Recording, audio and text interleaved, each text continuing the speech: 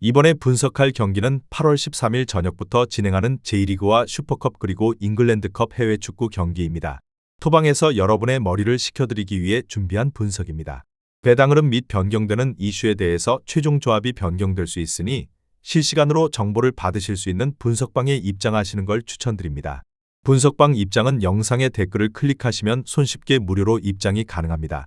이어서 분석 시작하도록 하겠습니다. 첫 번째 경기는 도쿄 베르디와 나고야입니다. 도쿄 베르디는 여름 감독 부임 이후 뚜렷하게 개선된 경기력을 자랑합니다. 최근 컵 대회와 리그에서 연속 무패를 기록하며 안정적인 수비와 효율적인 득점을 동시에 유지하고 있습니다.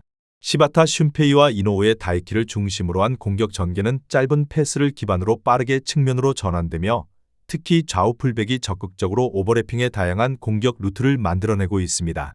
여름 이적 시장에서 스즈키 유마를 영입하며 전방 무게감을 더했고 중원에서는 모리야마 신의 복귀로 볼 순환이 한층 매끄러워졌습니다.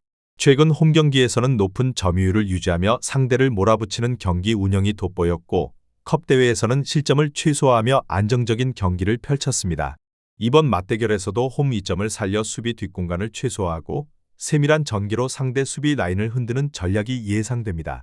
나고야는 감독 교체 이후 전체적인 경기력이 안정세를 찾는 모습입니다.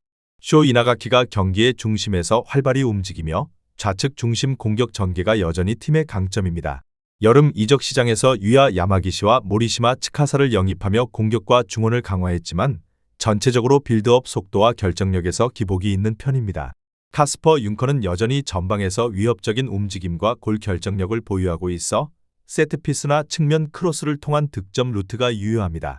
다만 올 시즌 원정 경기에서는 중원 압박에서 밀리며 주도권을 빼앗기는 경우가 잦았고 압박을 받으면 패스 정확도가 떨어지는 약점이 드러났습니다. 이번 경기에서는 높은 습도와 더운 기온 속에서 체력 부담이 가중될 가능성이 있으며 전방 압박 강도를 경기 내내 유지하는 데에는 어려움이 따를 수 있습니다.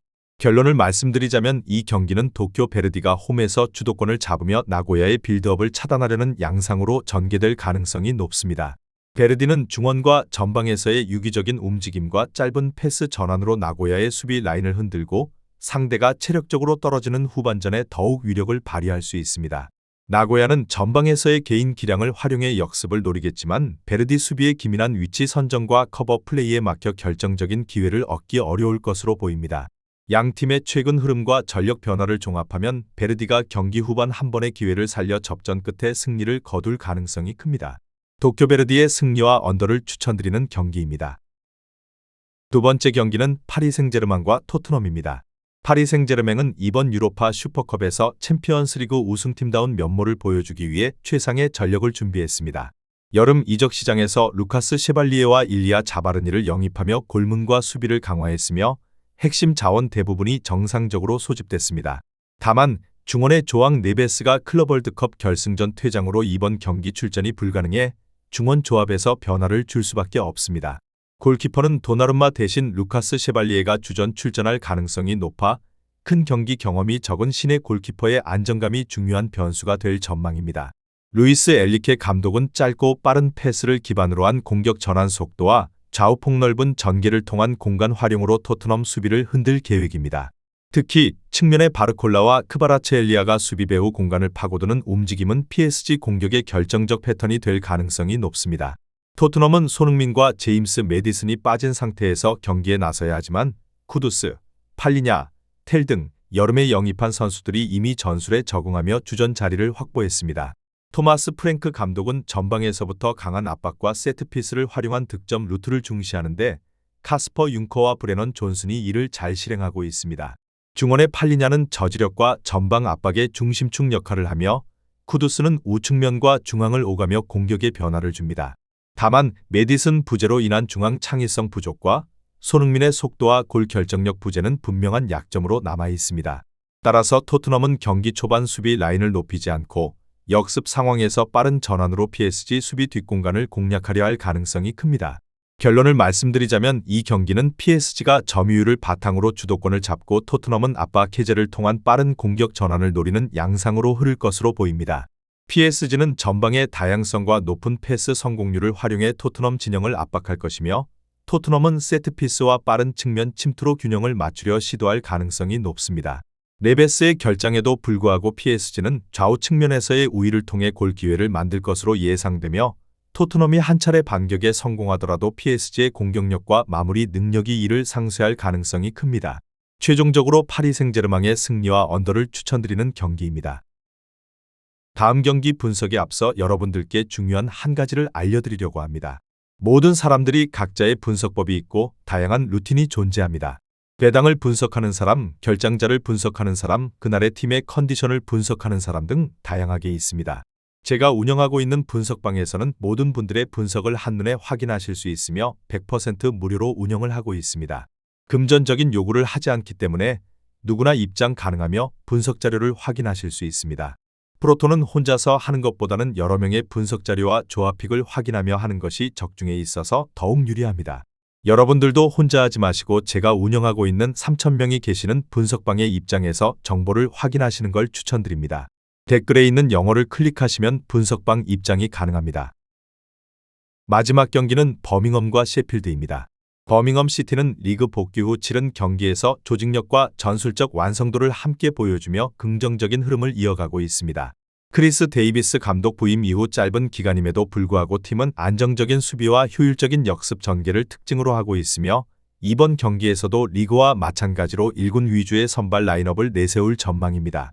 여름 이적 시장을 통해 영입한 교고 후루아시가 최전방에서 활발한 움직임과 결정력을 보여줄 것으로 기대되고 제이 스탠스필드 역시 이선과 측면을 오가며 공격 전개를 지원할 것으로 보입니다. 그러나 데마라이 그레이, 리어드, 다익스 등이 부상으로 빠지면서 약간의 전력 누수는 불가피합니다. 그럼에도 최근 홈 경기에서 보여준 견고한 라인 유지와 좌측 위주의 날카로운 역습은 셰필드 유나이티드의 불안한 수비를 공략하기에 충분한 무기가 될 수 있습니다.